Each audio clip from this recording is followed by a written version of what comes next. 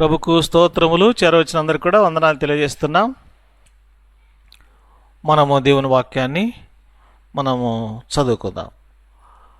లూకాసు వార్త 24వ అధ్యాయము 47 వచనాన్ని మనము చదువుకుందాము. యెరూషలేము మొదలుకొని సమస్త జనములలో ఆయన పేరట మారు మనసును పాపక్షమాపణయు ప్రకటింపబడుననియు వ్రాయబడి ఉన్నది. ప్రభు స్తోత్రములు. ప్రభునందు ప్రియమైన సహోదరులారా, సహోదరులారా, మనం చదువుకున్న వాక్య భాగములలో మనం చూసినట్లయితే ఆయన పేరట మారు మనసును పాపక్షమాపణయు ప్రకటింపబడును అని వ్రాయబడి ఉంది. ఇక్కడ ఆయన పేరట అనే మాట వింటున్నాం. ఎవరి పేరట? 46వ వచనంలో రాయబడింది, క్రీస్తు శ్రమపడి 3వ దినమున మృతులలో నుండి లేచుననియు. ఈయన అనగా క్రీస్తు లేదా ప్రభువు లేదా యేసు. ఇట్లా బైబిల్ గ్రంథంలో వారు ప్రభువును సంబోధించినట్లు వ్రాయబడి ఉంది. ఆయన పేరట ఇక్కడ ఏముందంటే మారు మనసు పాపక్షమాపణ ఉంది. మారు మనసు అనేది లోకములో ఎక్కడ లేదు, ఎవరిలో లేదు. లేదా సొంత క్రియల వలన ఏ వ్యక్తి మారు మనసు పొందలేడు. మారు మనసు అంటే ఒక రోజుది, 2 రోజులు, నెలది, 2 నెలది, 3 నెలది కాదు, సంవత్సరానికి కాదు. మారు మనసు అంటే జీవితకాలం అనుగ్రహించబడేదే మారు మనసు. ఈ మారు మనసు ఎవరి పేరిట ఉంది అంటే ఏ మనిషిని పేరిట లేదు, ఈ లోకంలో ఉన్న ఏ దేవులు దేవతల పేరిట లేదు. యేసుక్రీస్తు ప్రభువు ద్వారానే మనకు మారు మనసు ఆయన పేరట ఉంది. ప్రియులారా, ఆయన పేరట ఏముందంటే మారు మనసు పాపక్షమాపణ ఉంది అని బైబిల్లో రాయబడింది. మారు మనసు పాపక్షమాపణ ఎవరి పేరట ఉంది?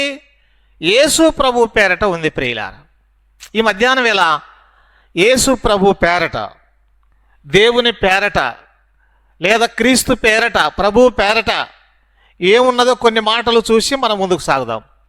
ఇక్కడ మనం గమనించినట్లయితే యేసు ప్రభు పేరట మారు మనసు పాపక్షమాపణ ఉంది అనేది మనం గమనిస్తూ ఉన్నాం. ఇంకా యేసు ప్రభు పేరట ఏముందో మనము గమనిస్తాం. ప్రియులారా, చూడండి, ఇదే యోహాను సువార్త 15వ అధ్యాయము 16వ వచనం. యోహాను సువార్త 15వ అధ్యాయము 16వ వచనం. మీ మనసుల్లో అటు ఇటు పెట్టకుండా దేవుని వాక్యం మీద పెట్టండి. 15వ అధ్యాయము 16వ వచనం.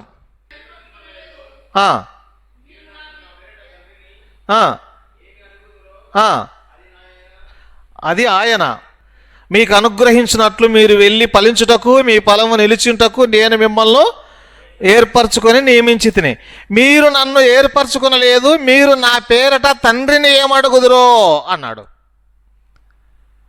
మనము ఆయన పేరట తండ్రిని ఏమడుగుతారో అన్నాడు. ప్రియులారా, అంటే మనము దేవుని పేరట అంటే యేసు ప్రభు పేరట తండ్రిని అడిగేది మనకి ఇక్కడ ఉంది. ఎవరిని అడిగేది ఉంది? తండ్రిని అడిగేది ఉంది. ఎవరి పేరట? యేసు ప్రభు పేరట. చాలామందికి అనుమానం, యేసు ప్రభు దేవుడా, యెహోవా దేవుడా, పరిశుద్ధాత్మ దేవుడా కదా అనే అనుమానాలు ఇప్పటికీ ఉన్నాయి. కానీ మన ప్రభు తండ్రి, కుమార, పరిశుద్ధాత్మ త్రియేక దేవుడు. తండ్రి కుమారుని పంపించాడు క్రీస్తు ప్రభు పేరట. ఆ కుమారుడు కూడా తండ్రి కుమారుడు ఏకమై ఉన్నాడు. పరిశుద్ధాత్మ కూడా ఏకమై ఉన్నాడు. అయితే మనము దేవుణ్ణి డైరెక్ట్గా మనం అడిగేది లేదు. అది ఎవరి పేరట? యేసు ప్రభు పేరట. ఎందుకంటే మానవులకు దేవునికి మధ్యవర్తి యేసుక్రీస్తు ప్రభు. కనుక మనం ఏమైనా దేవుణ్ణి అడగాలంటే ఎవరి పేరట అడగాల? యేసు ప్రభు పేరట అడగాల. అందుకే ఏ వ్యక్తి కూడా యేసు ప్రభు నామమున ప్రార్థన చేస్తున్నామని అడగలేదనుకో, ఆ ప్రార్థన దేవుని దగ్గరికి పోదు. ఆ ప్రార్థన దేవుని దగ్గరికి పోవాలంటే యేసు ప్రభు నామమున ప్రార్థన చేస్తున్నాము అని అనాల. కాబట్టి ప్రియులారా, ఆయన పేరట మనము ఏమి అడుగుదుమో అంటే యేసు ప్రభు పేరట మనము ఆ తండ్రిని మనము అడగవలసింది. అంటే దీన్ని ఏమంటారంటే ప్రార్థన. మత్తయి సువార్త 7వ అధ్యాయంలో రాయబడింది, అడుగుడి మీకు ఇవ్వబడును, వెదుకుడి దొరుకును, తట్టుడి తీయును, అడుగు ప్రతివాడు పొందును. అయితే ఎవరిని ఎలాగా అడగాలంటే ఆయన పేరట మనము అడగాలి. అంటే ఆయన పేరట మనము ప్రార్థన ఉన్నది మనకు. ఆయన పేరట మనకేమున్నది? ప్రార్థన ఉంది ప్రియులారా, దేవుని పేరట. అక్కడ మనం చూసాము, దేవుని పేరట మనకు మారు మనసు పాపక్షమాపణ కలిగింది. ఎవరి ద్వారా మారు మనసు కలగదు, పాపక్షమాపణ కలగదు. ఎందుకంటే ఆయన మారు మనసు దయచేవాడు, పాపక్షమాపణ దయచేవాడు. ఇక్కడ మనకు ఆయన పేరట మనము ప్రార్థన ఉన్నది. మనకు ఆయన పేరటనే మనము ప్రార్థన చేయాలి. ప్రతిదానికోసం ప్రార్థన మనము చేయాలి. ప్రార్థన ముఖ్యమైనది. ఒక పని కంటే, ఒక ప్రయాణం కంటే, లేదా ఒక డ్యూటీ కంటే, లేదా మరి ఏదైనా తలపెట్టాలంటే కూడా దానికంటే ముందు ఏముండాలి? ప్రార్థన ఉండాలి. ప్రార్థన మనం కోరుకున్న రేవుకు నడిపిస్తుంది. అందుకే ముందు ప్రార్థన ఉండాలి. అంత అయిపోయినాక కాదు ప్రార్థన. ముందు ప్రార్థన, అయిపోయిన తర్వాత కృతజ్ఞతలు. రెండు ప్రియులారా, మనము ప్రార్థన చేసిన తర్వాత ఏదైతే మనం పొందామో వెంటనే మనము కృతజ్ఞతలు చెల్లించాలా. నిన్న పగలంతా సువార్త పరిచర్య జరిగింది. రాత్రి కూడికలో పని జరిగినందుకు దేవునికి కృతజ్ఞతలు చెల్లించడము జరిగింది. కనుక ప్రార్థన ద్వారా ఫలించిన దాన్ని బట్టి కృతజ్ఞత, ఇవి రెండు మన జీవితాల్లో ఉండాలి. చాలామంది ప్రార్థన ఉంటుంది కానీ కృతజ్ఞత ఉండదు. కనుక ప్రియులారా, ఆయన పేరిట మనకు ప్రార్థన ఉంది. ఈ భూమి మీద ఎవరు చెప్పలేదు మాట, నా పేరట నన్ను ఏమడిగినా నేను దయచేస్తానని చెప్పినాడు ప్రియులారా. కనుక ఆయన పేరట మనకు ప్రార్థన ఉంది అని మనం గమనిస్తున్నాం. ఆయన పేరట క్షమాపణ ఉంది అని మనం గమనిస్తున్నాం. ఇంకా మార్క్స్ వార్త 9:41 చూడండి. మార్క్స్ వార్త 9వ అధ్యాయము 41వ వచనం చూడండి. మీరు క్రీస్తు వారని నా పేరట మీకు గిన్నెడు నీళ్లు త్రాగనిచ్చువాడు తనకు రావలసిన ఫలము పోగొట్టుకున్నాడని మీతో నిశ్చయముగా చెప్పుచున్నాను. మీరు క్రీస్తు వారని నా పేరట, మీరు గిన్నెడు నీళ్లు త్రాగనిచ్చువాడు తనకు రావలసిన ఫలాన్ని పోగొట్టుకోడు. ఎవరైతే వీరు క్రీస్తు వారు అని వారు దేవుని పేరట గ్లాసుడు మంచినీళ్ళు ఇచ్చిన వారు తమ ఫలాన్ని పోగొట్టు. అంటే బైబిల్ ఏం చెప్తుంది? దేవుని పేరట మనము ఏం చేయాలంటే ఉపచారము చేయాలని వాక్యంలో రాయబడింది ప్రియులారా. క్రీస్తు పేరట, క్రీస్తు వారు అని ఆయన పేరట చేర్చుకుంటే అని మాట ఉంది. అంటే మనం క్రీస్తు పేరట మనము పరిచర్య చేయాలి. ఆయన పేరట పరిచర్య చేస్తే మనకేముంది? ఇక్కడ రావలసిన ఫలం ఉంది. దానికి ఫలం ఉంది అంటే ఫలితం ఉంది అన్నమాట. క్రీస్తు పేరట మనం ఏది చేస్తామో, లేదా ఉపచారము చేస్తామో, పరిచర్య చేస్తామో, మంచినీళ్ళే ఇస్తామో, లేదా ఆహారమే పెడతామో, వస్త్రాలే ఇస్తామో, లేకపోతే మరి ఏదైనా చేస్తామేమో ప్రియులారా, ధర్మమే చేస్తామేమో, క్రీస్తు పేరట చేసిన దానికి ఫలితం ఉంది. ఇంకా ఎవరి పేరట చేసిన ఫలితం లేదు. అయితే క్రీస్తు పేరట ఏది చేస్తామో, క్రీస్తు పేరట ఆయన నామం పేరట ఏది చేస్తామో దానికి ఫలితము ఉంది అని మనం చూస్తూ ఉన్నాం ప్రియులారా. ఇంకా చూడండి దేవుని వాక్యములో ఎఫెసీయులకు రాసిన పత్రిక 5వ అధ్యాయము 20వ వచనం చదవండి. 5:20 మన ప్రభు అయిన యేసుక్రీస్తు పేరట సమస్తమును గూర్చి తండ్రి అయిన దేవునికి ఎల్లప్పుడూ కృతజ్ఞతాస్తుతులు చెల్లించుచు క్రీస్తునందలి భయముతో ఒకనికి ఒకడు లోబడి ఉండుడి. ఆయన పేరట మనం ఏం చేయాలి? ఇక్కడ ఎల్లప్పుడూ తండ్రి అయిన దేవునికి కృతజ్ఞతాస్తుతులు చెల్లించాలి ప్రియులారా. మనం కృతజ్ఞతాస్తుతులు చెల్లించడానికి ఎన్నో మనం జ్ఞాపకం చేసుకోవచ్చు. ఆయన రక్షణ, ఆయన ఇచ్చిన పరిశుద్ధాత్మ, ఆయన ఇచ్చిన వాక్యం, ఆయన ఇచ్చిన సంఘం, ఆయన ఇచ్చిన సహవాసం, లేదా కుటుంబం, లేదా పిల్లలు, లేదా పంటలు, లేదా ఉద్యోగము, లేదా వివాహము, లేదా సంతానము, లేదా నిద్ర, లేదా ఆరోగ్యం, లేదా ఇట్లా ఏదన్నా కానివ్వండి ప్రియులారా, దాన్ని బట్టి మనం కృతజ్ఞతలు చెల్లించాలి ప్రభువుకు. బైబిల్లో 10 మంది కుష్ఠరోగులు ఉన్నారు. అందులో 10 మంది శుద్ధులయ్యారు. కానీ వాళ్ళు తిరిగి వచ్చిన వాడు ఎవడంటే ఒక్కడే. ఆయనను ఆరాధించడానికి వచ్చిన వాడు ఒక్కడే అని బైబిల్లో ఉంది. చూసారా, 10 మందిలో 9 మంది కృతజ్ఞత లేదు, ఒకనికి మాత్రమే కృతజ్ఞత కలిగి ఉన్నాడని మనం చూస్తున్నాం. అట్లయితే మన జీవితాల్లో కూడా దేవునికి మనం కృతజ్ఞత కలిగి ఉండాలి ప్రియులారా. ఆయన కృతజ్ఞత లేకపోతే నిజంగా మనం ఎంత ఆయన దగ్గర మనం ఎంత అవివేకులమవుతామో ఆలోచన చేయండి. అందుకే మనం కృతజ్ఞత కలిగి ఉండాలా. చేసిన దానికి, ఇచ్చిన దానికి, మేలు పొందిన దానికి కృతజ్ఞత అనేది కలిగి ఉండాలి. అది ముఖ్యమైనది. విశ్వాసికి కృతజ్ఞత అనేటువంటిది ముఖ్యమైనది ప్రియులారా. అందుకే అక్కడక్కడ కొన్ని కుటుంబాల్లో మేము చూస్తూ ఉంటాము, కృతజ్ఞత కూడిక ఏర్పాటు చేసుకున్నాం అని చెప్తూ ఉంటారు. ఇది బైబిల్లో మనం చూస్తున్నాం. ఇది బైబిల్ పదమే. కృతజ్ఞత కూడిక అంటే దేవునికి కృతజ్ఞత కలిగి ఈ పని చేసినందుకు దేవునికి మేము కృతజ్ఞతగా కూడిక ఏర్పాటు చేసుకున్నాం. కృతజ్ఞత కూడిక అని అంటారు. కాబట్టి ప్రభునందు ప్రియులారా, మరి ఆయన పేరట కదా మనం ఇక్కడ చూస్తూ ఉన్నాం, దేవునికి ఎల్లప్పుడూ కృతజ్ఞతాస్తుతులు చెల్లించు క్రీస్తునందలి భయముతో ఒకనికి ఒకడు లోబడి ఉండండి. క్రీస్తునందలి భయం, కృతజ్ఞతాస్తుతులు చెల్లించాలా, క్రీస్తునందలి భయముతో ఉండాలా, భయముతో ఉండాలా అనేది మనం గమనిస్తున్నాం. ఇంకా ఇలాగ చూసినట్లయితే ఆయన పేరట కీర్తన 95వ అధ్యాయము 2వ వచనం.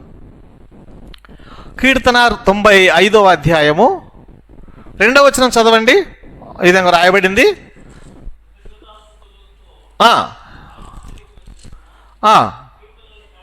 కీర్తనలు పాడుచు ఆయన పేరట సంతోష గానం చేయదము. ఇంకా ఆయన పేరట మనం ఏం చేయాలి? సంతోష గానం, కీర్తనలు పాడుచు సంతోష గానాలు చేయాలి ప్రియులారా. సంతోష గానాలు ఉన్నాయి ఆయన పేరట. మనం ఆయన పేరట మారు మనసు, పాప క్షమాపణ పొందాలి. ఆయన పేరట ప్రార్థన చేయాలి. ఆయన పేరట పరిచర్య చేయాలి, ఫలం పొందాలి. ఆయన పేరట దేవునికి ఎల్లప్పుడూ కృతజ్ఞతాస్తుతులు చెల్లించచ్చు, భయము, దేవుని అందలి భయం కలిగి ఉండాలి. ఇంకా ఆయన పేరట ఇక్కడ వ్రాయబడింది, కీర్తనలు పాడుచు సంతోష గానం చేయాలి ఆయన పేరట అని మనం గమనిస్తున్నాం. మొత్తం మీద ఆయన పేరన్నా ఆయన నామం అన్నా మనకు ఇవన్నీ ఒకటే విధంగా కనబడతాయి. చూడండి, ఆయన పేరున లేదా ఆయన నామాన మనకు ఏమి ఉందో ఇంకా గమనిస్తే అపొస్తల కార్యాలు 4వ అధ్యాయము 12వ వచనం. అపొస్తల కార్యములు 4వ అధ్యాయము వినండి, మర్చిపెట్టండి, 12వ వచనం.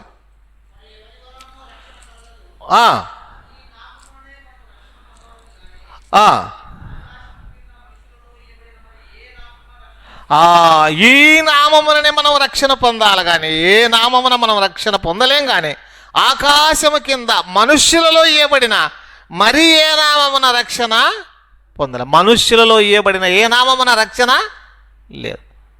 క్రీస్తు నామములోనే మనకు రక్షణ అనేది ఇక్కడ గమనిస్తూ ఉన్నాం. ఇది ఎప్పుడు సందర్భం ఎప్పుడంటే అపొస్తల కార్యాలు 3వ అధ్యాయము 1వ వచనములో మనం గమనించినట్లయితే పేతురు, యోహాన్లు కుంటి భిక్షకుణ్ణి స్వస్థపరిచిన విధానము ఇక్కడ కనబడుతుంది.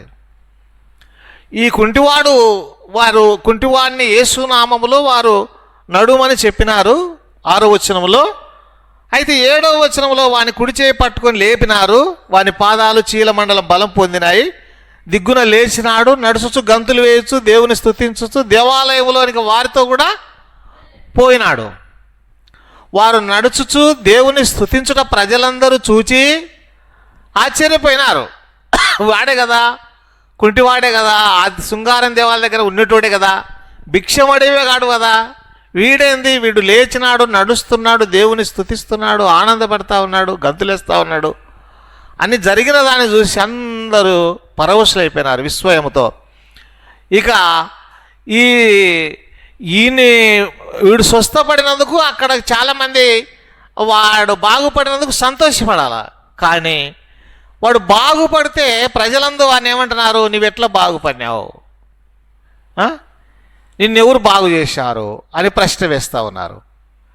బాగుపడినందుకు అందరూ ఆశ్చర్యపోయినారు. తర్వాత కొంతమంది ఏం చేసినారంటే శోధించినారన్నమాట. శోధించి మీరు ఇట్లా చెప్పొద్దు, ఈ నామమున మీరేమీ మాట్లాడొద్దు అని పేతురు యోహానులను అబ్జెక్షన్ చేశారు. అరే, ఒకడు కాళ్ళు వచ్చినాయి, వాడు బాగుపడినాడు చూసి సంతోషపడాలి. కానీ ఇక్కడున్న ప్రజలను మనం గమనించినట్లయితే అలాగూ చేసినటువంటి వాడిని తర్వాత వాడిని కూడా కొంత విసిగిచ్చినారు. నీకు దేవుడు ఏం చేసినాడు, నీకు ఎవరు ఏం చేసినారు, ఎట్లా అనే వాళ్ళు కూడా విసిగించినారు. తర్వాత పేతురు యోహానులను అబ్జెక్షన్ చేసినారు. అయితే వెంటనే వాళ్ళు చెప్పిన మాట ఏంటంటే, ఈ నామముననే మనం రక్షణ పొందాలి, ఆకాశం కింద ఏ నామమున మనకు రక్షణ లేదు అని చెప్పినారు ప్రియులారా. అని చెప్పి స్వార్థ ప్రకటించినారు. తర్వాత కిందన మనం చూసిన 18వ వచనం చూడండి. మీరు అప్పుడు వారిని పిలిపించి, మీరు యేసు నామమును బట్టి ఎంత మాత్రమును మాటలాడకూడదు, బోధింపకూడదని వారికి ఏం చేసినారు, ఆజ్ఞాపించినారు. బాగుపడతా ఉంటే, ఒక మనిషి బాగుపడతా ఉంటే చూచి సంతోషపడాల్సింది పోయి, ఇదిగో మీరు యేసు నామమును బట్టి ఎంత మాత్రం మాట్లాడొద్దు, బోధింపవద్దని చెప్పినారు. 19వ వచనంలో పేతురు యోహాను వారిని చూచి, దేవుని మాట వినుట కంటే మీ మాట వినుట దేవుని దృష్టికి న్యాయమా అని అడిగినారు ప్రియులారా. ఎంత స్పష్టంగా వాళ్ళు అడిగినట్లు మనం చూస్తాం. కాబట్టి చూడండి, ఇదిగో మీరు యేసు నామమును బట్టి ఎంత మాత్రము మాట్లాడకూడదు, బోధింపకూడదు. యేసు నామం మనిషిని రక్షిస్తుంది, బోధిస్తే. యేసు ప్రభు నామమును మనం మాట్లాడితే మనకు మేలు కలుగుతుంది ప్రియులారా. అందుకే మనం యేసు నామమున ఉచ్చరించాలా అని బైబిల్లో వ్రాయబడింది. యేసు నామమును స్మరించాలా అని బైబిల్లో వ్రాయబడింది. యేసు ప్రభు నామంలో అంత గొప్ప శక్తి ఉంది, ఆయన పేరున అంత శక్తి ఉంది. అందుకే మన బైబిల్లో కొందరి విషయాలను మనం గమనిస్తాం. మార్కు సువార్త 5వ అధ్యాయము 7వ వచనంలో మనం చూసినట్లయితే ఈ విధంగా వ్రాయబడిన చూడండి. మార్కు సువార్త 5వ అధ్యాయము 7వ వచనం చూడండి. సేనా దయ్యం పట్టిన వాని దగ్గరికి యేసు ప్రభు వచ్చాడు. వాడు సేనా దయ్యం పట్టిన వాడు 7వ వచనంలో అంటాడు, యేసు సర్వోన్నతునైన దేవుని కుమారుడా, నాతో నీకేమి, నన్ను బాధపరచమని దేవుని పేరట నీకు ఆనబెడుచున్నానన్నాడు. ఎవరు? సేనా దయ్యం పట్టినవాడు. ఈ సేనా దయ్యం పట్టిన దయ్యమే మాట్లాడుతుంది అనమాట వానిలో ఉండి. యేసు అని సంబోధించాడు. ఆయన పేరట ఆనబెట్టుచున్నాను, దేవుని పేరట నేను ఆనబెట్టుచున్నానని బిగ్గరగా కేకలు వేశాడు.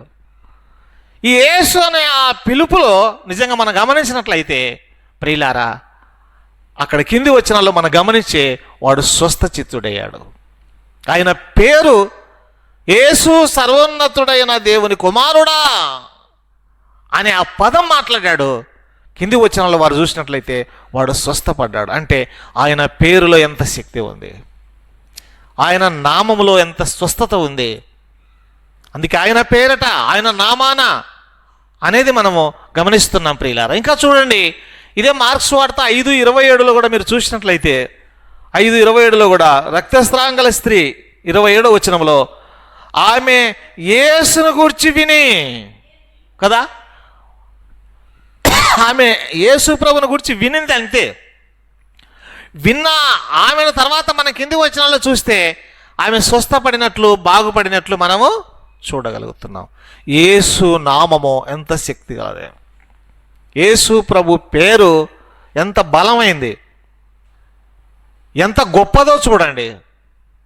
ఆ ప్రభు నామం ఉచ్చరించగానే ప్రియులారా ఎంత స్వస్థత కలుగుతుందో, ఎంత గొప్ప శక్తి కలుగుతుందో మనం ఇక్కడ చూడగలుగుతాం. ఇదే లూకాసు వార్త 19వ అధ్యాయము 3వ వచనంలో కూడా మనం చూస్తే ఈ జక్కయ్య కూడా యేసు ప్రభు నామాన్ని మాట్లాడినాడు. 19వ అధ్యాయము 3వ వచనము చూడండి. యేసు ఎవరో అని చూడగోరను. యేసు ఎవరో, ఆయన అనుకున్న మాటలు యేసు ఎవరో అని చూడాలనుకున్నాడు అంతే. ఆ తర్వాత జరిగింది ఏంది కదా, అతడు మారిపోయినాడు. దేవుని ఎదుట వేడుకున్నాడు, ప్రభువా నేను నా ఆస్తిలో సగం బీదలకు ఇస్తా, నేను అన్యాయంగా ఎవరి దగ్గర తీసుకునే 4 అంతలు ఇస్తా. అప్పుడు అన్నాడు ప్రభు, ఇతడు అబ్రహాము కుమారుడు. యేసు ఎవరో, యేసు నామమును తలంచగానే ప్రియులారా ఈ ఆ జక్కయ్య హృదయంలో మార్పు కలిగినట్లు మనం చూస్తా ఉన్నాం. ప్రభు నామం మార్పు కలగజేస్తుంది, ప్రభు నామం స్వస్థత కలిగిస్తుంది, ప్రభు నామం దయ్యముల్లో సైతం వెళ్ళగొట్టేదిగా కనబడుతూ ఉంది. యేసు అనే పేరు మాత్రమే ఎవరో, యేసు ఎవరో అనుకున్నాడు అంతే. కింది వచనాలలో అతని ఇంటికి గొప్ప రక్షణ వచ్చింది. ఆ పేరులో ఎంత శక్తి ఉంది, ఆ పేరులో ఎంత బలం ఉంది, ఆ పేరులో ఎంత పవర్ ఉంది అని మనం ఆలోచన చేసినట్లయితే ఆయన నామం చాలా గొప్పది ప్రియులారా. ఎందుకంటే ఆకాశం కింద ఇవ్వబడిన ఏ నామమున మనకు రక్షణ, ఈ నామముననే మనము, ఈ నామంలోనే మనుషులకి ఇవ్వబడిన ఏ నామంలో రక్షణ లేనే లేదు అని మనం గమనిస్తున్నాం. ఆ యేసు నామములు అంత ఉన్నట్లు మనం చూస్తూ ఉన్నాం. లూకాసు వార్త 23:42లో కూడా మనం చూసినట్లయితే ఈ విధంగా యేసు ప్రభువును ఇద్దరు దొంగలతో కూడా సిలువ వేశారు. వారిలో ఒక దొంగ యేసు ప్రభును దూషించినాడు.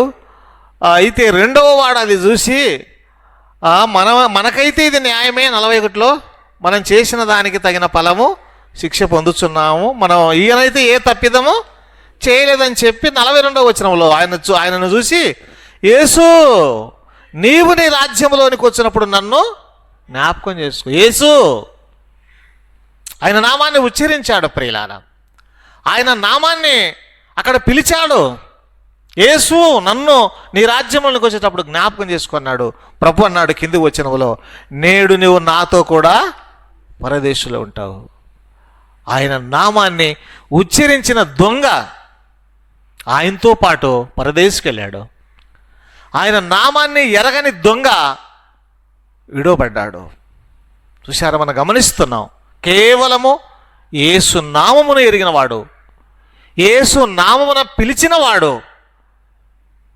నిజంగా ఎంత గొప్ప మేలు పొందాడో మనం చూస్తున్నాం. అందుకే ఆయన పేరట, ఆయన నామము ఎంత గొప్పదో మనం ఎరగవలసిన వారమే ఉన్నాం ప్రియులారా.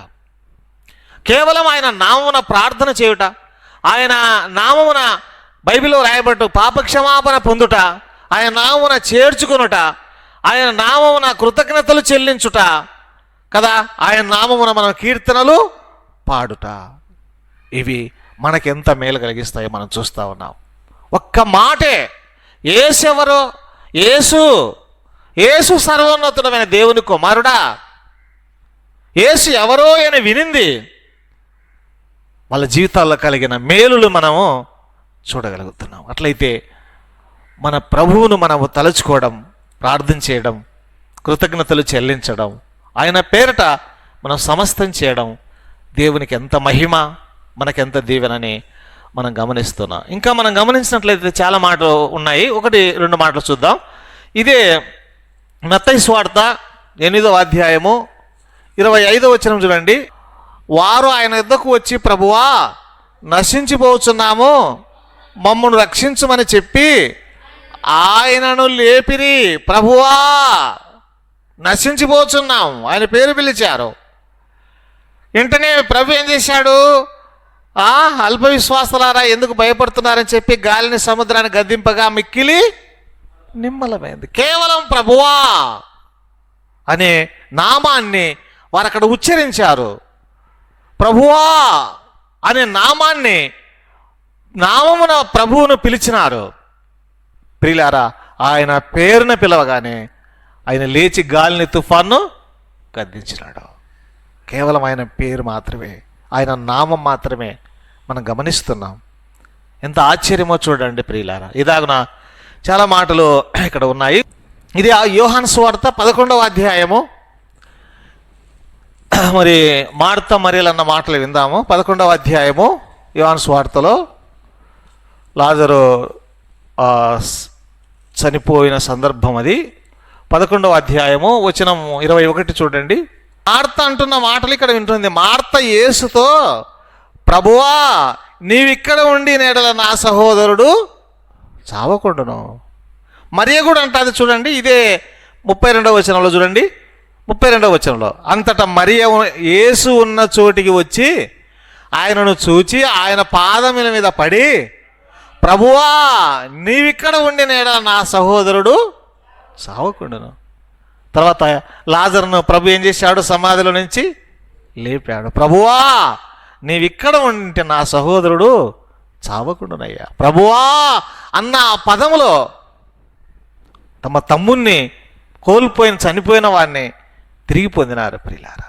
కేవలము ప్రభువా, ఆయన నామము యేసు కదా. ఎవరో అని విన్న ఆ 12 ఏళ్ల రక్తవస్త్రాంగల స్త్రీ ఎవరో యేసు ఎవరో అని వినింది అంతే. ఆ తర్వాత కింది వచనాలలో ఆమె స్వస్థపడినట్లు మనం ఆయన నామం మనకి ఎంత గొప్పది, ఆయన నామం మనకు దొరకడం ఎంత భాగ్యం, ఎంత ధన్యత ప్రియులారా మనం గమనిస్తున్నాం. కాబట్టి అందుకే బైబిల్లో కొలస్సీ పత్రికలో మీరు ఒక్క మాట చూడండి. 3వ అధ్యాయం 17వ వచనం, 3:17. కొలస్సీ పత్రిక 3వ అధ్యాయము 17వ వచనం. మరియు మాట చేత కానీ క్రియ చేత కానీ మీరేమి చేసినను ప్రభు అయిన యేసు ద్వారా తండ్రి అయిన దేవునికి కృతజ్ఞతాస్తుతులు చెల్లించుచు సమస్తమును ఆయన పేరట చేయండి. మీరు మాట చేత కానీ క్రియ చేత కానీ, మాట మాట్లాడినా పనులు చేసినా మాట మాట్లాడినా ఆయన పేరుండాలి. సమస్తం ఆయన పేరట చేయండి. క్రియలు చేస్తున్నారా, పనులు చేస్తున్నారా, ఆ పనులలో ఆయన పేరు కనపడాలి, ఆయన నామం కనపడాలి ప్రియులారా. అందుక మనం ఎక్కడ ఉన్నా యేసు ప్రభువును పేరును మనం ఉచ్చరించాలి. స్నేహితుల మధ్య ఉన్నా, అన్యుల మధ్య ఉన్నా, ఇంకా శత్రువుల మధ్య ఉన్నా, స్నేహితుల మధ్య ఉన్నా, ఇంకా అన్యజనుల మధ్య ఉన్నా, ఎక్కడ ఉన్నా, బంధువుల మధ్య ఉన్నా, ఏ జనం మధ్య ఉన్నా, ఎవరి మధ్య ఉన్నా యేసు యేసు నాకు ఇది చేశాడు, యేసు ప్రభు నాకు ఇది చేశాడు, యేసు ప్రభు మరణించినాడు, తిరిగి లేచినాడు నా కోసం, నీ కోసం, మనందరి కోసం. ఒక్క మాట యేసు సమస్తం ఆయన పేరట చేయడి. మాట చేత కానీ క్రియ చేత కానీ సమస్తం ఆయన పేరట చేయండి. మీరేం చేసినా ప్రభు అయిన యేసు ద్వారా, ఏమి చేసినా కూడా ప్రభు అయిన యేసు ద్వారా తండ్రి అయిన దేవునికి కృతజ్ఞతాస్తుతులు చెల్లించుచు సమస్తం ఆయన పేరట చేయండి. ప్రియులారా, సమస్తం ఎవరి పేరట చేయాలి? క్రీస్తు పేరట మనం చేయాలి. ఏది చేసినా కానీ, మాట్లాడినా కానీ మన మాటలలో క్రీస్తు ప్రభువు కనపడాలి, క్రీస్తు నామం కనపడాలి, ఆయన పేరు కనపడాలి. అంత గొప్ప పేరు, అంత గొప్ప నామం మన ప్రభువుది. దాని గురించి బైబిల్ గ్రంథంలో చాలా మాటలు ఉన్నాయి, నేను చెప్పడానికి సమయం లేదు కాబట్టి నేను ముగిస్తాను. ఒక మాట చూడండి, కీర్తన 8:1 చూడండి. కీర్తన 8:1 చూడండి. యెహోవా మా ప్రభువా, ఆకాశములలో నీ మహిమను కనపరచువాడా, భూమి అందంతట నీ నామము ఎంత ప్రభావము గలది. ఆయన నామము ఎలాంటిది? ప్రభావం గలది. ఆయన నామం ప్రభావం. అందుకే ఆయన నామ ప్రభావం వలన ఈనాడు మనుషులు మార్పులోకి వస్తున్నారు ప్రియులారా. ఎందుకంటే ఆయన నామములో ప్రభావం ఉంది. మనలో ఏముంది? మనలో ఏ ప్రభావం లేదు. అందుకే ఆయన నామం ప్రభావం గలది ప్రియులారా.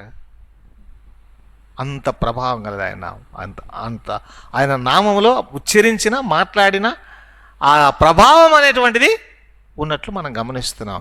యేసు ఎవరు అని ఆమె వినింది అంతే, ఆయనలో నుండి ప్రభావం బయలువెడలింది. వినుటలో కూడా ప్రభావం ఉన్నది, మాట్లాడుటలో ప్రభావం ఉంది, క్రియలలో కూడా ప్రభావం ఉంది. అందుకే సమస్తం ఆయన పేరట మీరు చేయండి. ఏది చేసినా ఆయన పేరట, ఆయన నామం అంత ప్రభావం గలది అని మనం చూస్తున్నాం. 111:9 ఆయన నామం పూజింపదగిన నామం అని ఉంది. ఇంకా ఇర్మియా గ్రంథం ఆయన నామం ఘనమైంది అనింది. 76 కీర్తన 1 ఆయన నామం గొప్పది అని బైబిల్లో రాయబడింది. కనుక ప్రియులారా, మన జీవితాల్లో ఆయన నామమును ఎంతగా మన మాటలలో కనపరచాలా, ఆయన పేరు పిలవాలా, ఆయన నామాన్ని ఉచ్చరించాలా, మాట్లాడాలా, సమస్తం ఆయన పేరట మనము చేయాలా. ఆయన నామం ఉచ్చరించిన వారు ఎంత శక్తి పొందారో, ఎంత మేలు పొందారో మనం గమనిస్తున్నాం.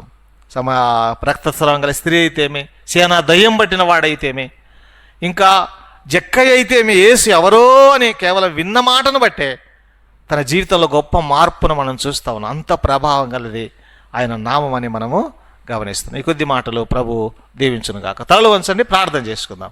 ప్రేమగల తండ్రి, వందనాలు స్తోత్రాలు చెల్లిస్తా ఉన్నా. ఇక మధ్యాహ్న కాల సమయంలో మమ్మల్ని ప్రేమించి మా ఎదురికి తీసుకొచ్చిన వర్తమానం కొరకై స్తోత్రం చెల్లిస్తా ఉన్నా. మీ పేరట, యేసు ప్రభు పేరట, ఆయన పేరట పాప క్షమాపణ, మారు మనసు ఉందని మేము మీ వాక్యంలో తెలుసుకుంటున్నాం. ఆయన పేరట మరి గ్లాసుడు మంచినీళ్ళు ఇచ్చిన ఫలం ఉందని మేము చూడగలుగుతున్నాం. ఆయన పేరట మరి సమస్తము చేయమని మీ గ్రంథంలో వ్రాయబడి ఉంది. ఆయన నామం ఉచ్చరించిన సేనాదయం పట్టిన వాడైతేమి, మరి జక్కయ్య అయితేమి, శిష్యులైతేమి, రక్తస్రావం గల స్త్రీ అయితేమి, ఆయన నామాన్ని ఉచ్చరించిన మార్త అయితేమి, మరియ అయితేమి, వారి జీవితాల్లో మేము ఎంత మేలో చూడగలుగుతున్నాం. కనుక ప్రభువా, మీ నామంలో ఇంత శక్తి ప్రభావం ఉందని మాకు తెలియజేస్తున్నందులకై స్తోత్రాలు చెల్లిస్తా ఉన్నాం. ఇది మొదలు మీ నామాన్ని మేము ఉచ్చరించే వారంగా, స్మరించే వారంగా, గణపరిచే వారంగా, మీ నామాన్ని ప్రకటించే వారంగా, మీ నామాన్ని ప్రచురించే వారంగా, మీ నామాన్ని స్మరించుచు మా జీవితకాలం అంతా మేము మీకు కృతజ్ఞులమై మీ పేరట కృతజ్ఞతలు చెల్లిస్తూ సమస్తం మీ పేరట ఎల్లప్పుడూ చేయడానికి మమ్మల్ని సిద్ధపరచండి, బలపరచండి. మీ మాటలు విని మేము చెదరి వెళుతుండగా ఒక్కొక్కరిని మీ ఆశీర్వాదాలతో పంపుమని, ఈ వారమంతా భద్రపరిచి వచ్చే వారం వరకు కాపాడమని మీ కృపాస్తములకు అప్పగించుకుంటూ క్రీస్తు యేసు ప్రభు పేరట స్తోత్రములు చెల్లించి ప్రార్థన చేయుచున్నాము తండ్రి. ఆమేన్.